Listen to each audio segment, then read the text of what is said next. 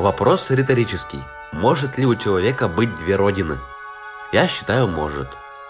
Герой выпуска мое мнение подтвердит.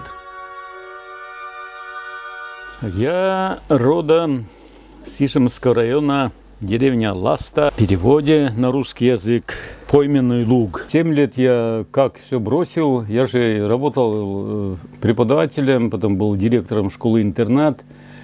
Потом меня пригласили в бизнес. Я открывал в районах коммерческие аптеки. Ну, а потом получилось так, что все потерял, и я бродяжничал 7 лет. Ну, я не пил, не курил, с женщинами 7 лет дела не имел. Были искания смысла жизни.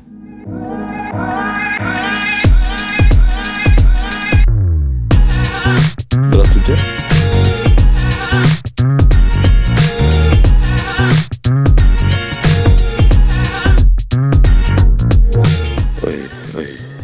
Мы с женой побывали на родине Алексея Семеновича и даже ночевали в его доме. В Ласту летом можно добраться только по воде. С райцентра Ижемского района, села Ижма, километров 10 проехать на машине, потом на лодке. Обязательно перед этим нужно договориться с человеком, кто вас встретит на совпадающем транспорте. Потом чуть-чуть по полям на Жигулях, и вот вы в Ласте. Ух ты, а это же колодец с журавлем. В настоящее время такой колодец редкость.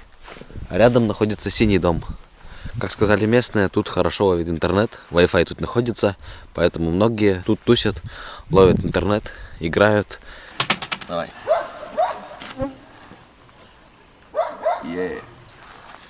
Спасибо. Тебе спасибо. Так. Бой, Погнали. ты куда такой? Я вышел за водой, за водой, за водой. Я вышел за водой. У нас уже вскипел чайник. Наконец-то сегодня второй день пребывания в Ижемском районе, в Ижме. Удалось помыть голову. Друзья, в доме нашел книгу «Библия». «Господи, помилуй нас, на Тебя уповаем мы. Будь нашою мышцею с раннего утра и спасением нашим во время тесные». Рядом с Ластой находится душистый лесочек. Подошли, может, найдем себе что-нибудь на чай. Малину или еще что-то. Ну что ж, дорогие друзья, до Найорте чай заварился. Попробую.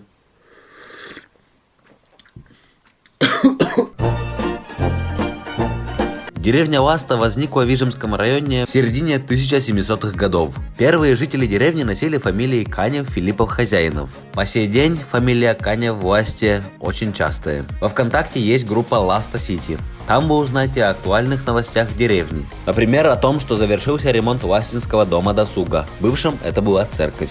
Наш герой Алексей Семенович в своем историческом романе «Биар и северяне» тоже использует описание деревни Ласта. Но я когда книги пишу без средств. Но когда уже книга написана и надо издать, я обычно беру суду и на суду издаю книги. Потом я с судой рассчитываюсь, в это время пишу я вторую книгу. Когда суда заканчивается, я беру вторую суду, издаю книги и так далее. То есть у меня нет спонсоров, потому что я пишу ту тему, которая считается на грани неверия исторического. То есть у меня не стыкуется официальной историей, потому что я в большей степени копаюсь в фактах, стараюсь писать то, что я могу доказать. Вот и рисую, чтобы было естественно похоже. И при этом надо быть очень внимательным. Вот этот рисунок, который вошел, вот этот рисунок вошел в книгу. А нарисовал я, первый рисунок был вот это.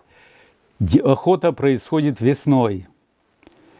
Весной у лосей нет рогов. Лоси скидывают. Если я это ввел в книгу, я потом вспомнил, что у лосей же рогов нету весной. Рога у них осенью. Я тут уже нарисовал то же самое здесь. Только лось уже без рогов, самец. художникам обратился, чтобы нарисовали рисунки, книги. Так они затребовали столько денег, что издать книгу на эти деньги можно было саму книгу. Семенович любит делать все один. Волк-одиночка. Вот и 2 дома в селе Визинга построил сам, без ничьей помощи.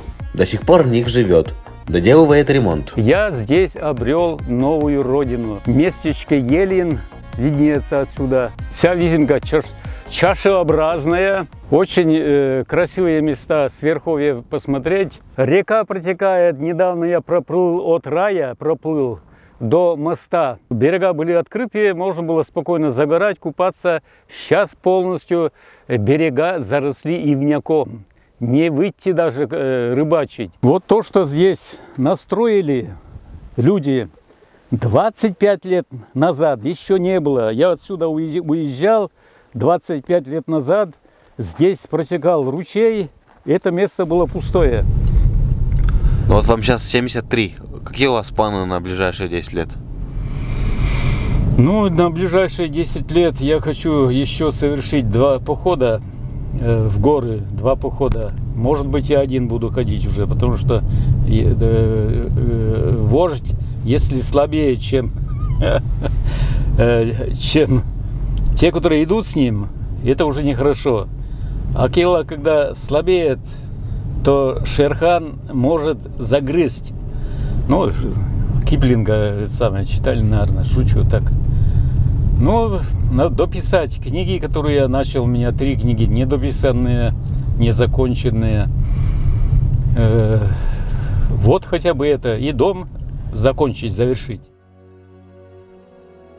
Прямо по центру села Визинга протекает река Большая Визинга.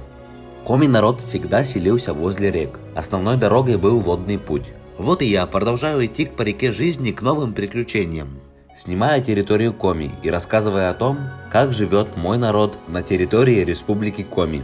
А Алексею Семеновичу хочу пожелать, чтобы его планы на 10 лет вперед сбылись. Всем удачи! Увидимся!